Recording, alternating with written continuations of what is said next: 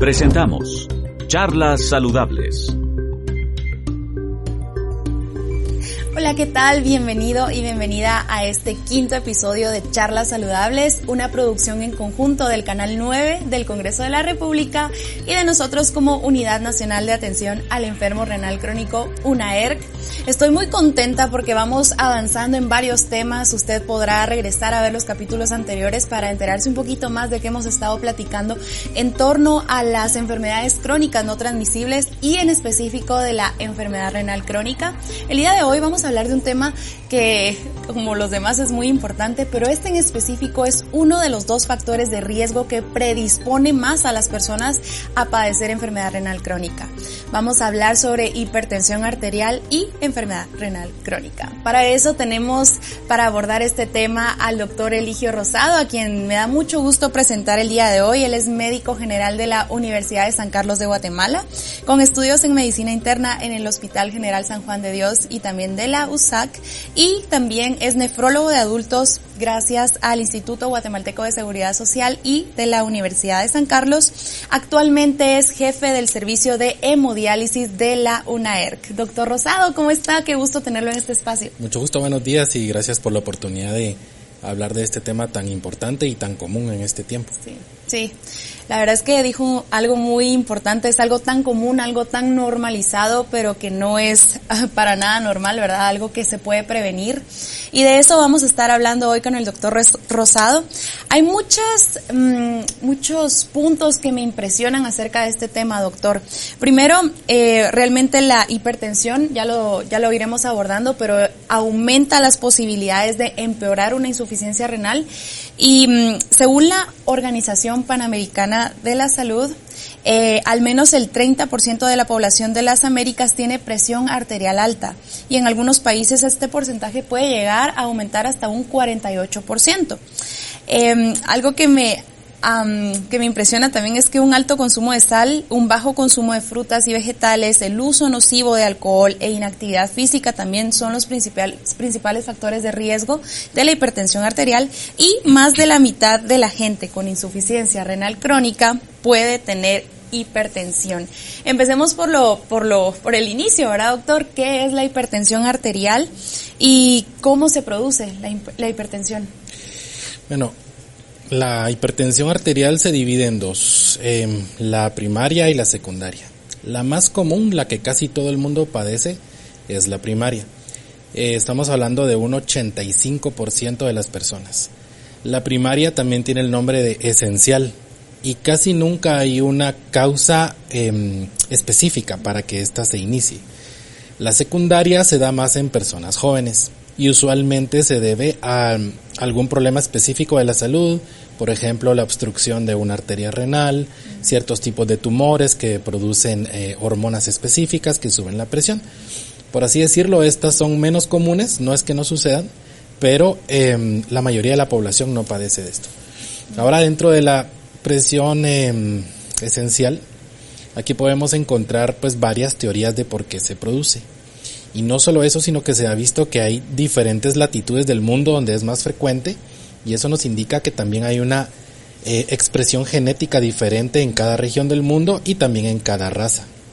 Hay una teoría donde pues algunos tenemos la tendencia a expresar estos genes, pero no se activan hasta que se combinan con los factores de riesgo que ya mencionó, es decir, una vida sedentaria, una alimentación no adecuada, y también el hecho, pues, alguna epidemia que hay ahora, que es el estrés, ¿verdad? Eso ha ayudado mucho a que esta enfermedad se dispare. Otra cosa a tomar en cuenta también es que hay gráficas que nos muestran que a principios del siglo pasado, en los 1900, la presión alta sucedía en 1 a 2 personas de cada 25. ¿Verdad? Actualmente estamos hablando de 1 persona de cada 3 es hipertensa. Wow. Y no solo eso, sino que muchas veces no se diagnostica hasta que ya hay daño a algún órgano en específico. La hipertensión al principio puede ser asintomática y eso es muy peligroso. Y por eso a veces cuando uno hace el diagnóstico es porque ya hay daño a un órgano específico, ¿verdad? Entonces, lo ideal es checarse la presión, ¿sí? Tenga la edad que tenga. Porque si alguien tiene una crisis hipertensiva es muy fácil identificar la presión, ¿verdad? duele la cabeza o hay palpitaciones, pero la presión que sube poco a poco es más peligrosa porque el cuerpo se va adaptando a esa presión. Ya.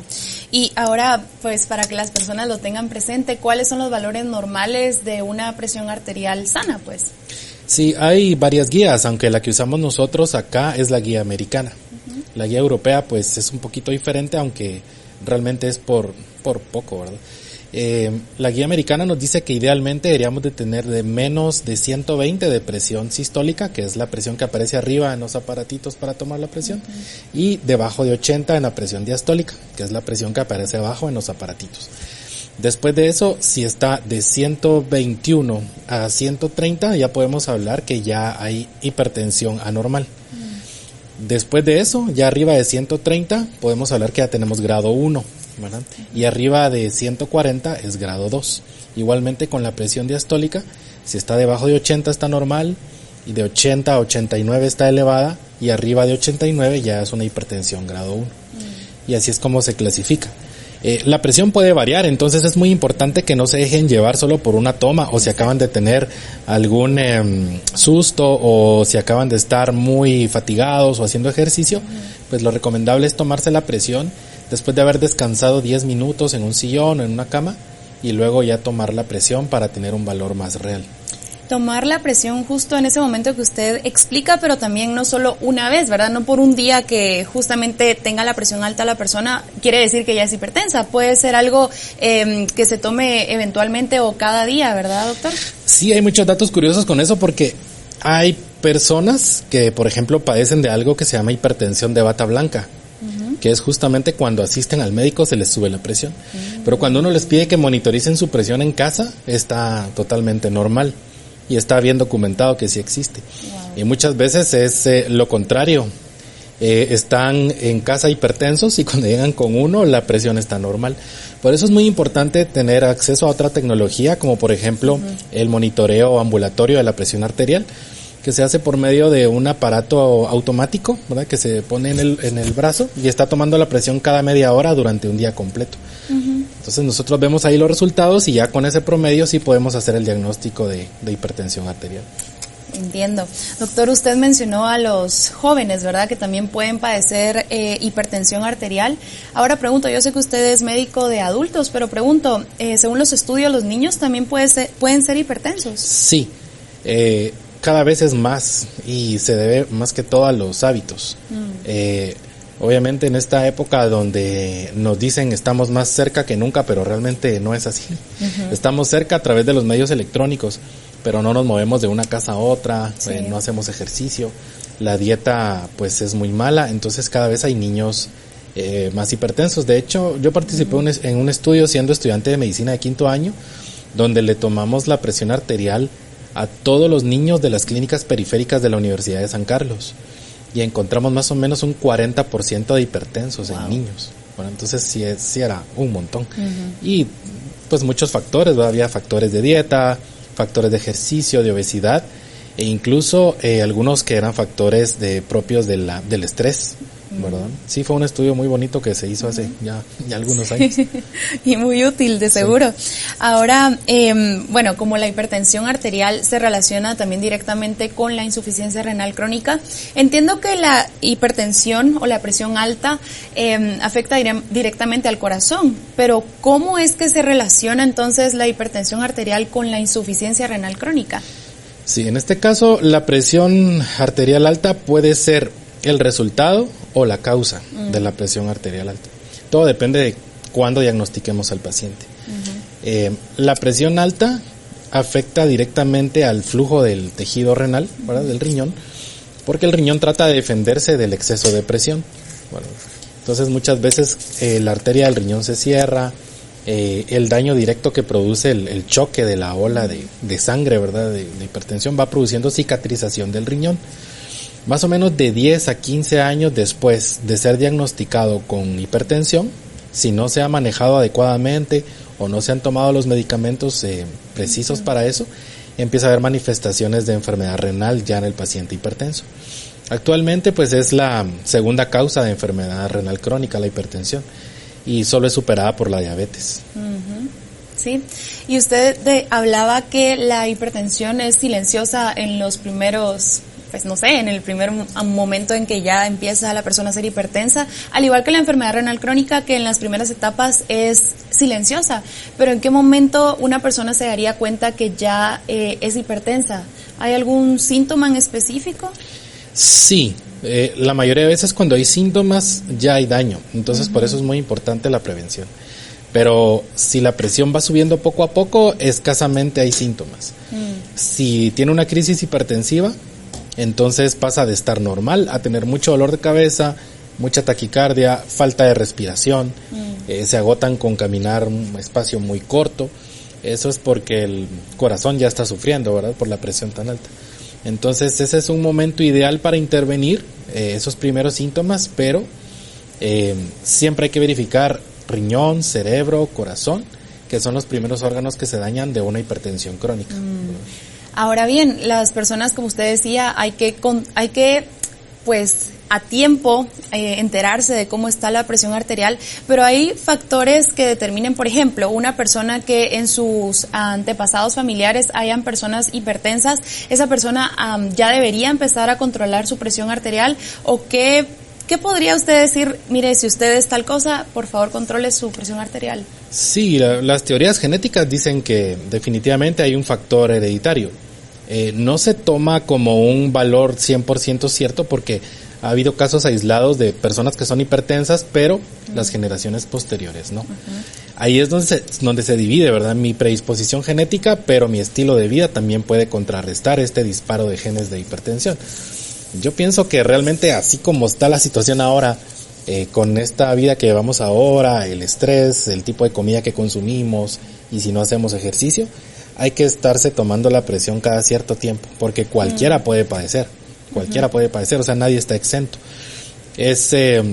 Uno ve entrar a la clínica a una persona obesa que tiene la presión normal y a alguien que hace ejercicio con la presión elevada. Wow. Entonces, eso también tiene que ver. Si la predisposición genética es muy fuerte, o si el tejido que está dañado ya es irreparable, entonces va a ser hipertenso. En teoría, la teoría realmente es algo muy a nivel molecular, entonces no hay forma de saberlo, a ciencia cierta. Lo único que podemos hacer es invertir en prevención. Sí, pues ahora hablando de eso, ¿verdad? Estaba leyendo el dato de que según la OPS la reducción de la sal combinada con una reducción en el consumo de tabaco podría prevenir un estimado de 3.5 millones de muertes en América Latina en los próximos 10 años. Eso obviamente ligado a la hipertensión arterial. Entonces, doctor, ¿qué tipo de tratamiento es más efectivo para tratar la hipertensión arterial y por ende la enfermedad renal crónica? Sí, pues hay dos tipos de tratamiento, el no farmacológico y el farmacológico. En el no farmacológico tenemos la dieta, el ejercicio, disminuir el consumo de alcohol y de tabaco. Dentro de la dieta, pues se recomienda incluir todo tipo de comidas, exceptuando aquellas que vayan fritas o sumergidas en aceite, ¿verdad? Porque eso sí puede llegar a producir la elevación de la presión arterial. Se recomienda no consumir más de 3 a 4 gramos de cloruro de sodio al día.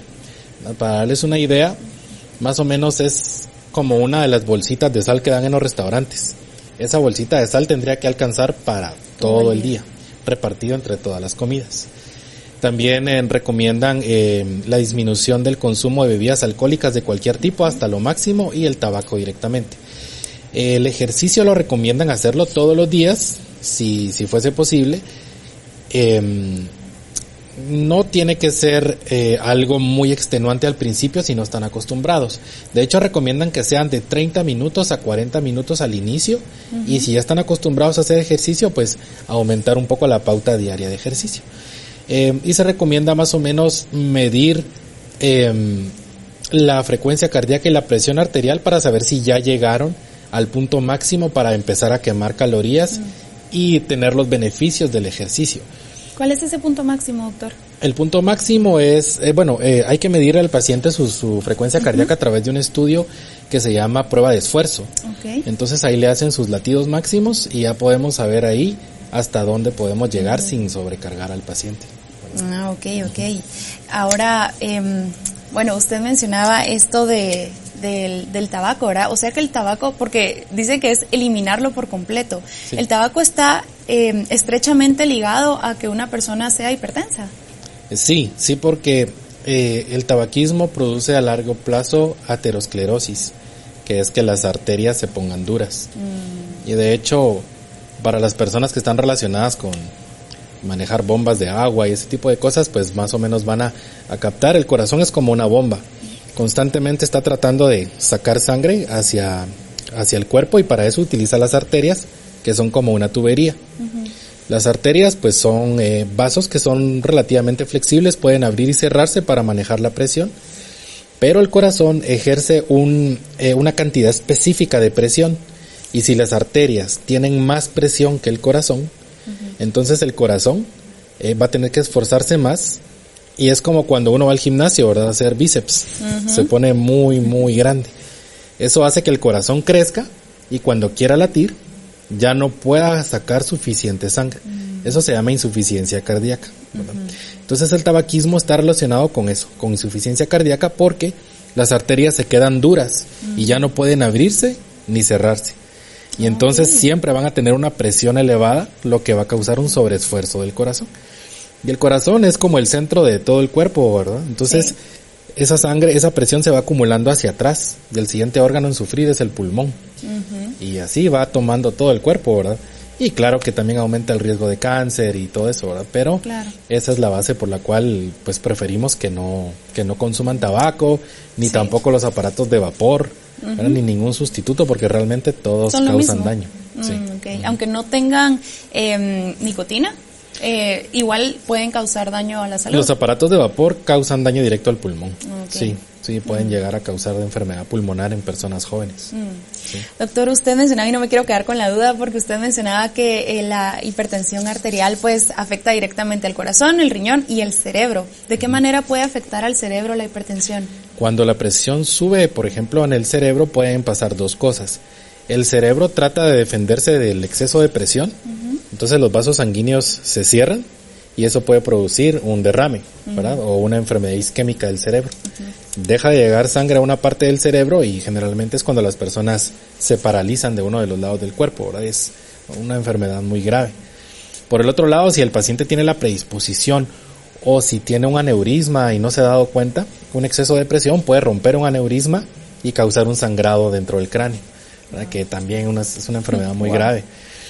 Lo más triste de todo esto es que causa que personas jóvenes se queden paralizadas en una cama, dejen de ser productivas para su familia, y hasta cierto punto se vuelven una carga económica y una carga emocional para sus familias.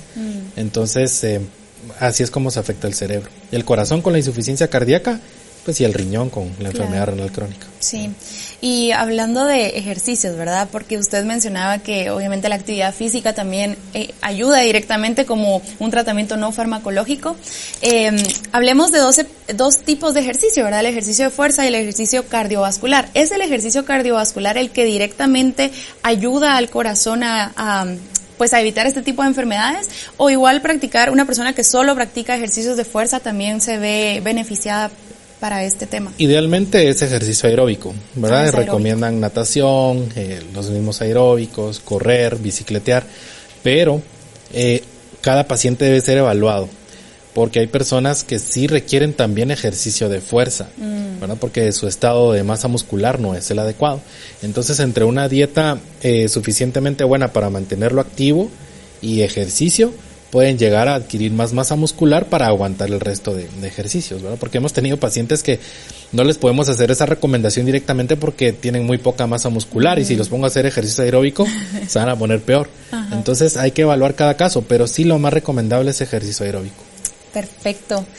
Muy bien, gracias, doctor. Con este tema vamos a cerrar el primer bloque y con esto nos vamos a un pequeño corte. Gracias.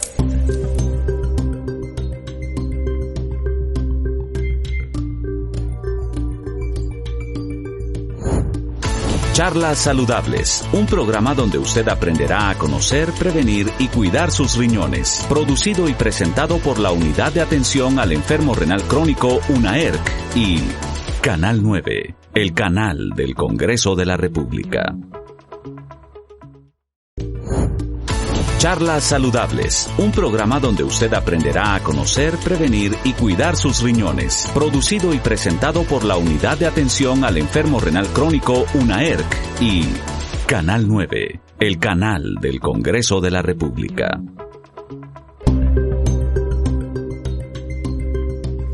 Muy bien, estamos de regreso en Charlas Saludables hablando de hipertensión arterial y cómo esto desencadena una enfermedad renal crónica. Nos llega una pregunta de la audiencia, doctor, y quisiera resolverla antes de continuar. Nos preguntan, ¿la hipertensión arterial tiene cura o solamente se puede controlar? Solo se puede controlar, pero hay personas que están tan bien controladas que incluso han podido abandonar el tratamiento farmacológico.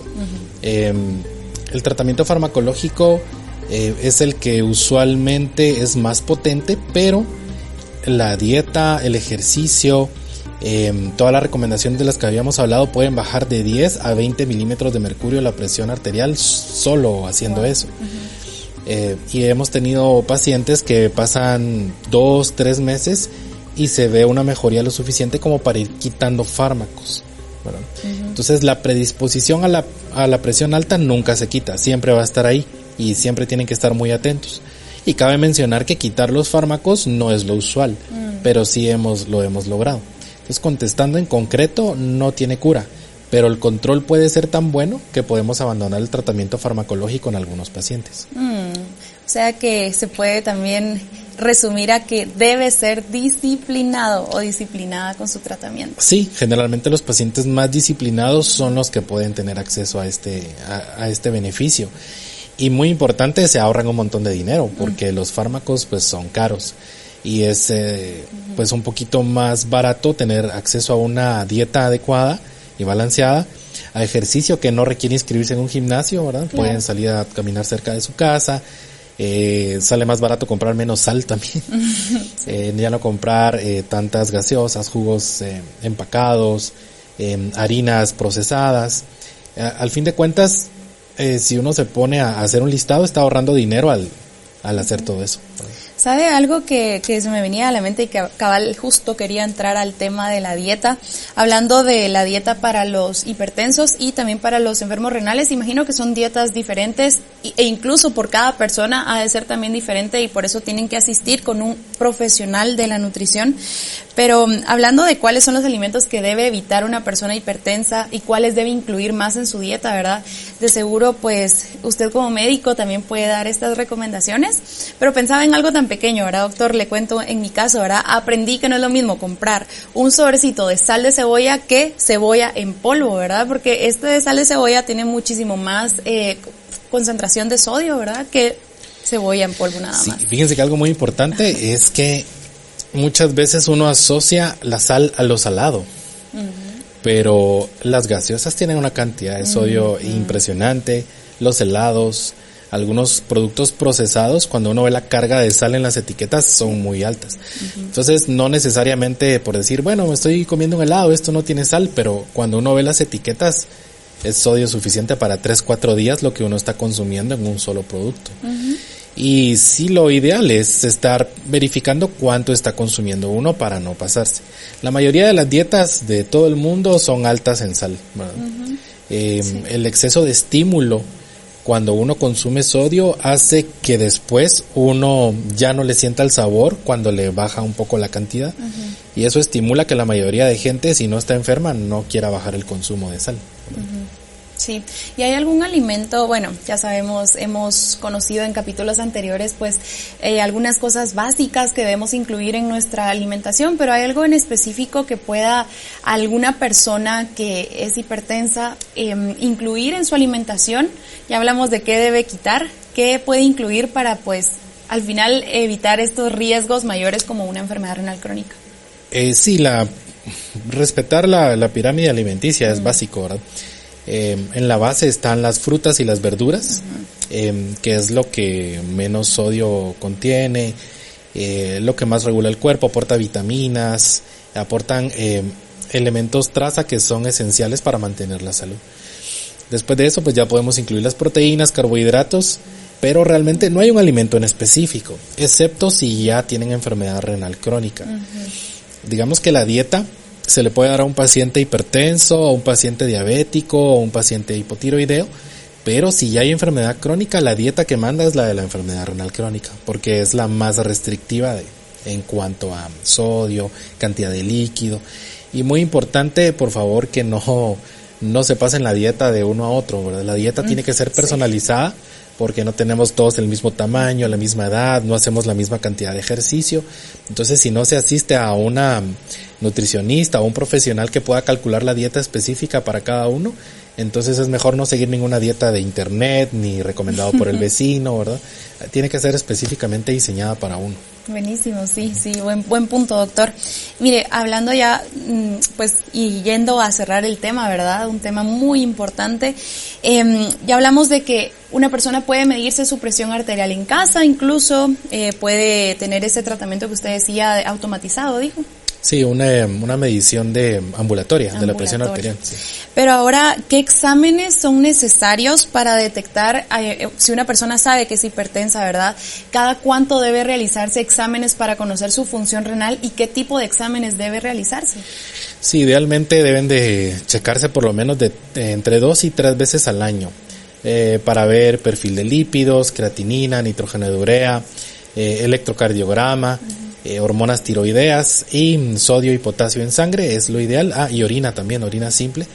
Eso es lo ideal para ver si hay algún signo de alarma que nos indique que la enfermedad está causando enfermedad renal crónica. Perfecto. Ahora, doctores, que me están llegando unas preguntas de la audiencia y me preguntan, hablamos un poquito de los niños, ¿verdad? Pero específicamente me preguntan cuál es la forma de prevenir la hipertensión en niños. Es igual que en los adultos. Se debe de ver que el niño haga suficiente ejercicio, no solo porque eso le va a ayudar a su estado en general, sino porque el niño lo necesita para desarrollarse bien, desarrollar bien sus huesos, sus articulaciones, crecer lo máximo que pueda, ¿verdad? Sí. Realmente el ejercicio potencia mucho el acervo genético que uno tiene para alcanzar la estatura que uno necesita. Es tan importante como la nutrición adecuada. Y tratar de no llenarlo de los productos que nos promocionan tanto, ¿verdad? Esos productos llenos de azúcar, llenos de sodio y que no contribuyen en nada a la nutrición, ¿verdad? Una dieta, digamos, alta en comida chatarra, o si les mandamos una refacción no saludable, también poco a poco vamos a ir produciendo hipertensos más jóvenes, por lo tanto de enfermos crónicos más jóvenes y un consumo infinito de recursos, tanto propios como del Estado. Del Estado, sí. Y importante. Doctor, ¿qué avances médicos se han producido? Ya usted mencionaba lo de esta toma de presión, pero ¿qué avances médicos han habido en torno a la hipertensión arterial y a la enfermedad renal crónica? Pues, en cuanto a presión arterial, tenemos la ventaja con la presión arterial de que realmente no necesitamos de tecnologías tan avanzadas para poder diagnosticarla ni para poder prevenirlo. Realmente es más que todo invertir en educación e información, ¿verdad? El diagnóstico de la presión alta se complica cuando es una causa secundaria. Por ejemplo, si hay un tumor de las glándulas suprarrenales que produzca hipertensión, sospechado en un paciente de 20 años con ciertas características de su orina, de su comportamiento, pues hay que invertir en una angiotomografía, hay que invertir en un cirujano que extraiga el tumor, la monitorización, ¿verdad? Pero esos son casos muy específicos de hipertensión secundaria, ¿verdad? Pero para la primaria realmente lo único que necesitamos es educación, prevención, adecuada dieta y ejercicio. No necesitamos mayores avances. Y el diagnóstico pues no es tan complicado. Ahora para la enfermedad renal crónica, pues la mayoría de avances han sido en cuanto al tratamiento del paciente que ya requiere diálisis y en cuanto a la prevención. Esos son los dos extremos que tenemos. Porque mientras más invirtamos en prevención, menos tenemos que invertir en tecnología para el tratamiento específico, ¿verdad? Pero hay muchos avances todos los días en muchos temas, enfermedad mineral ósea, anemia, diálisis y sustancias que pueden llegar a retrasar el aparecimiento de la enfermedad renal crónica en diabéticos. Eso se ha disparado mucho en los últimos tiempos. Y fíjese, doctor, que me llega una pregunta que me recuerda mucho a de repente algunas medidas que toman incluso las abuelitas en casa cuando se les sube la presión. Me recuerdo re bien de algunas cosas que hacía mi abuelita, que no las voy a mencionar porque no quiero confundir a nadie. Pero me preguntan específicamente, ¿qué puedo tomar si la presión se me sube? ¿Hay algún medicamento para poder bajar la presión de emergencia?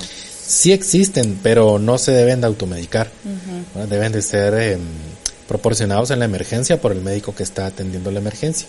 Sí. Sobre todo porque debemos de checar por qué la presión está así. Como mínimo se tiene que hacer un electrocardiograma y ver que no esté cursando con un infarto, ¿verdad? O esté en la premonición de un derrame, ¿verdad? Entonces sí existen, pero no se deben de administrar en casa. Perfecto.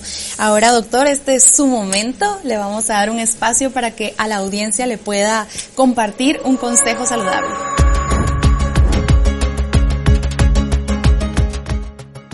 Claro, con mucho gusto. Creo que una de las mejores cosas que les podría recomendar es asistir a su médico por lo menos una vez al año, porque hay varias enfermedades silenciosas, no solo la presión arterial alta, que se pueden llegar a detectar y prevenir a tiempo. Eso es muy importante porque, como platicamos durante el desarrollo del tema, esto podría en algún momento causarles una inactividad perpetua, o el hecho de que ya no puedan levantarse a estar con su familia, ya que ya no puedan compartir por estar postrados en una cama, o ya con una enfermedad muy debilitante y que les acorte un tiempo de vida, ¿verdad? Que realmente sea tan significativo como para que ustedes, pues, muy jóvenes ya no estén con ellos, ¿verdad? Uh-huh. Entonces creo que lo más importante es eso, es la prevención de este tipo de enfermedades.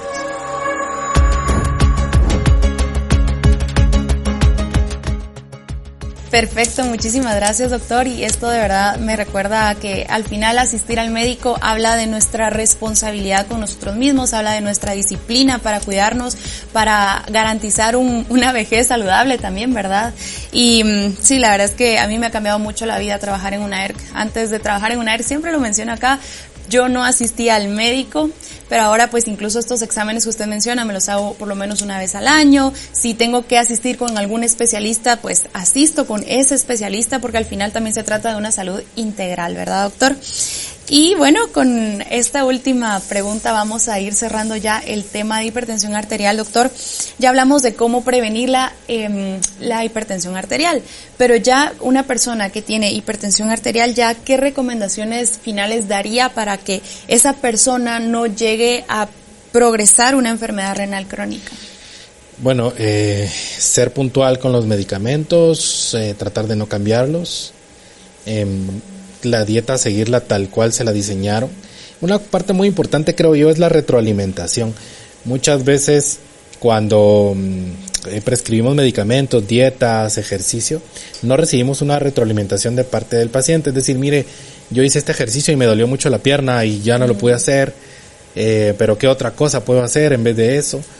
O mire, este alimento de veras no me gusta, ¿por qué no me lo cambian? O mire, este medicamento me causó mucho dolor de estómago. Muchas veces abandonan el tratamiento por no darnos esa retroalimentación. Sí. Entonces, muy importante, eso es bien importante. Créanme que nadie los va a regañar por decirnos lo que les está causando el medicamento, y hay varias opciones que podemos ir cambiando, tanto la nutricionista, tanto con la asesoría de ejercicio y con los medicamentos, como para no abandonar el tratamiento por esa causa. Perfecto, doctor. Para no dejar esa pregunta de la audiencia al aire, y como lo mencionamos antes, la última pregunta es si los tratamientos naturales son verídicos, sí funcionan. Sí, hay cosas que son ciertas. Por ejemplo, por dar un ejemplo, el ajo puede llegar a combatir el colesterol. Uh-huh. Sí, lo único es que el problema con la medicina natural es que no siempre un diente de ajo va a tener la misma dosis de lo que nos produce. De hecho, hay mucha medicina que viene de lo natural. ¿Y qué es lo que se hace? Se pone en una forma en que se pueda tragar fácilmente y se estandariza la dosis para que siempre recibamos la misma dosis.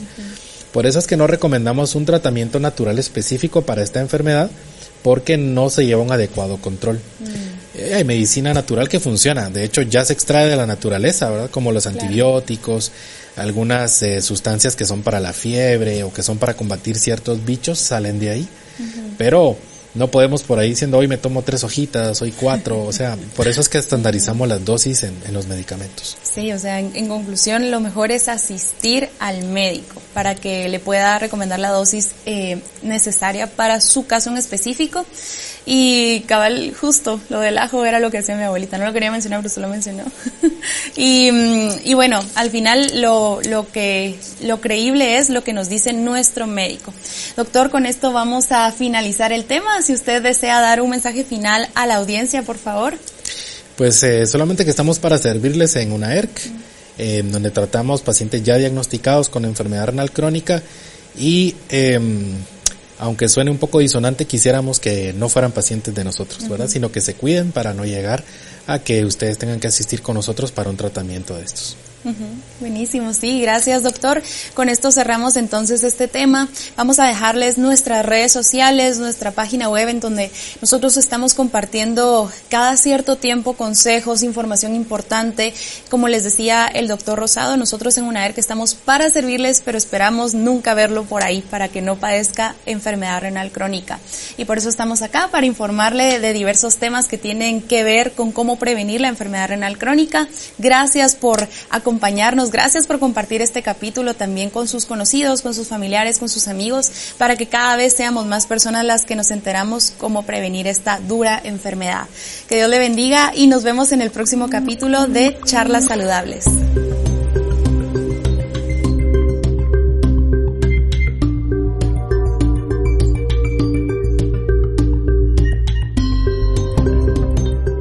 Le invitamos a ver el próximo programa de Charlas Saludables.